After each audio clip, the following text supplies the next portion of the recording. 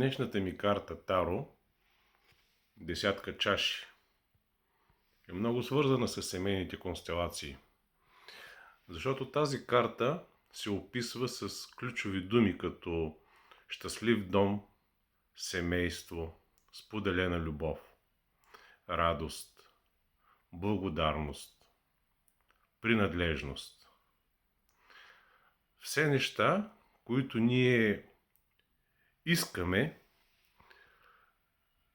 и обикновено това е причината, поради която отиваме на семейни констелации. Участваме в някаква група или индивидуална сесия.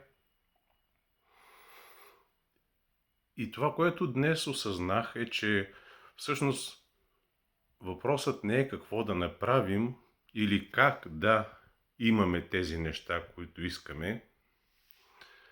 Те са тук, те са налични. Въпросът е доколко ние можем да си позволим да ги имаме.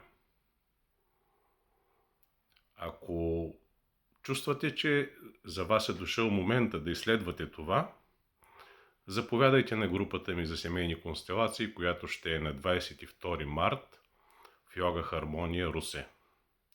Ако имате някакви въпроси или искате да споделите нещо, направете го в коментар. Прекрасен ден!